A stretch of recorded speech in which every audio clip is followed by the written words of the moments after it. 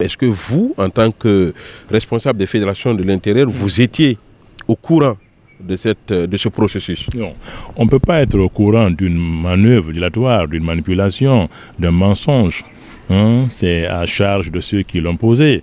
Nous ne sommes victimes, mais Dieu merci, vous avez vu comment la réaction a été accueillie. Vous avez vu tout à l'heure, il y a Siki Sedougou qui a envoyé sa déclaration signée de tous les membres du bureau et qui déplore et qui condamne la manœuvre, qui condamne la manipulation, qui condamne la forfaiture et qui menace de porter plainte. C'est un petit mémo rédigé ici à Conakry dans un petit bureau qui avait pour but de faire croire qu'il y a des gens qui ne veulent pas de ces lots. Et vous avez vu, n'est-ce pas, l'effervescence. Vous avez vu, n'est-ce pas, le tollé. Mesdames, Messieurs, bonsoir. Vous êtes sur Reflet Guinée. Cet après-midi, nous recevons comme invité M. Abdoulaye Ba, ancien président de la délégation spéciale de Kindia, de la commune urbaine de Kindia, conseiller politique du président de l'Union des forces démocratiques de Guinée depuis quelques jours, depuis quelques semaines. Il est le nouveau coordinateur des fédérations de l'intérieur de l'IFDG. Voilà, bonsoir. Oui, bonsoir Lamine. Beaucoup de titres, hein? Je ne sais pas quel est le titre qui vous convient le plus, monsieur le coordinateur ou monsieur le conseiller politique? Mais tout dépend de ce qu'on me confie. Mais c'est comme ça, on va faire avec. Oui.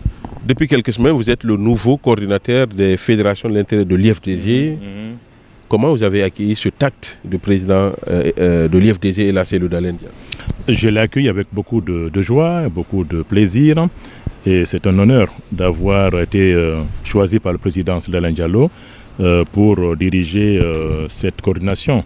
Je ne suis pas le seul cadre au sein du parti, mais si le président porte sa confiance vis-à-vis de moi, je ne ferai que me réjouir et demander à Dieu de m'assister pour que cette confiance puisse aboutir à des résultats probants.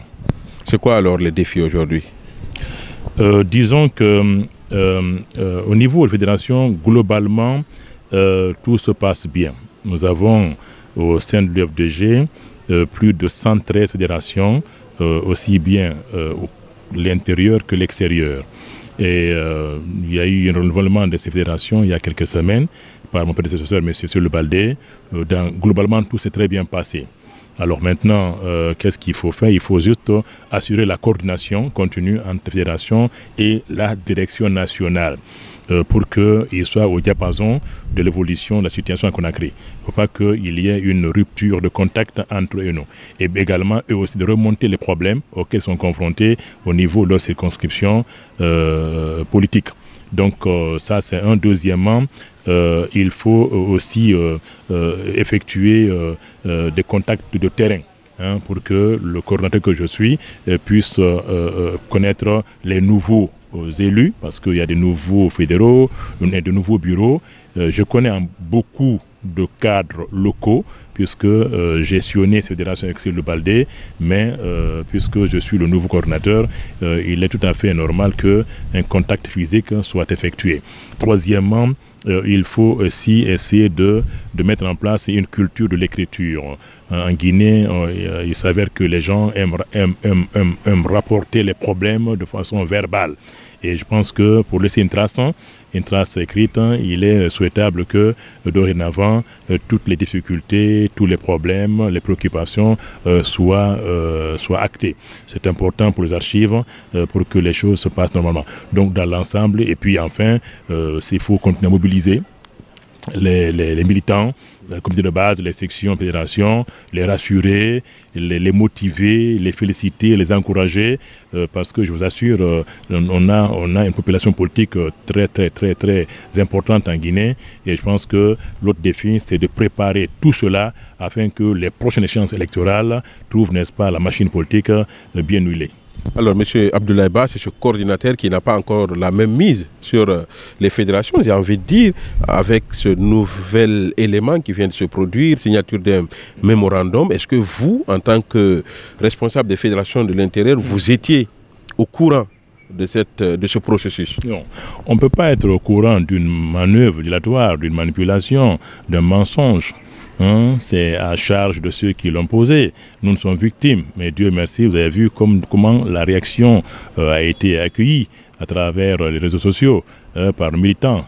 Et c'est un acte déplorable. Parce que Joachim lui-même, il a avoué vendredi avec un de vos confrères que c'est lui-même qui s'est déplacé en catimini, sans mandat.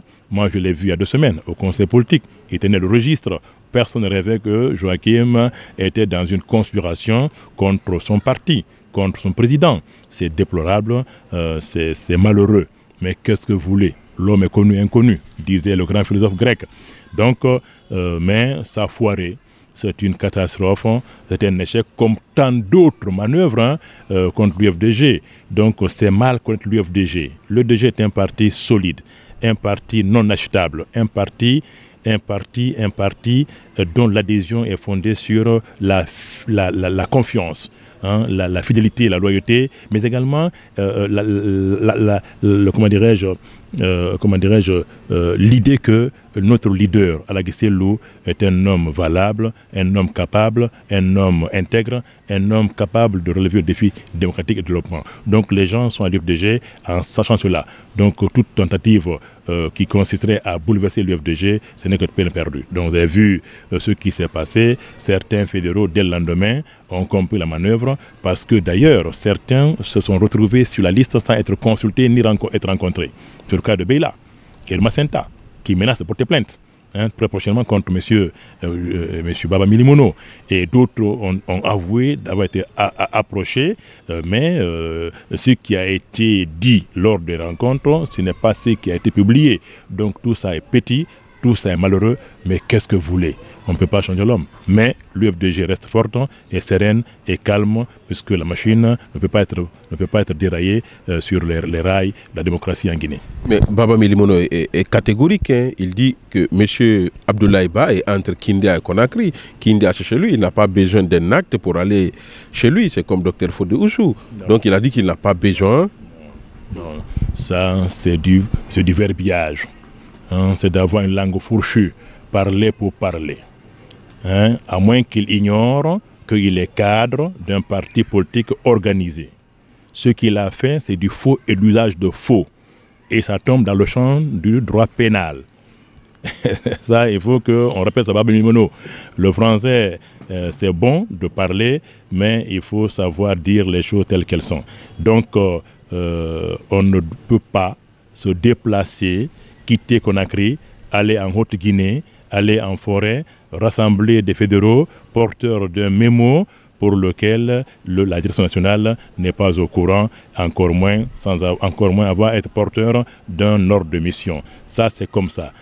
La tournée que Seul Baldé et moi-même avions faite au mois de mai en 2022, nous étions mandatés par le parti, par le président, avec un ordre de mission. C'est cet ordre de mission que nous avons montré à Gawa lorsque le préfet s'est opposé à nous. Donc il est parti en catimini, il s'est caché et ce n'est pas digne d'un cadre qui aspire à gouverner la Guinée.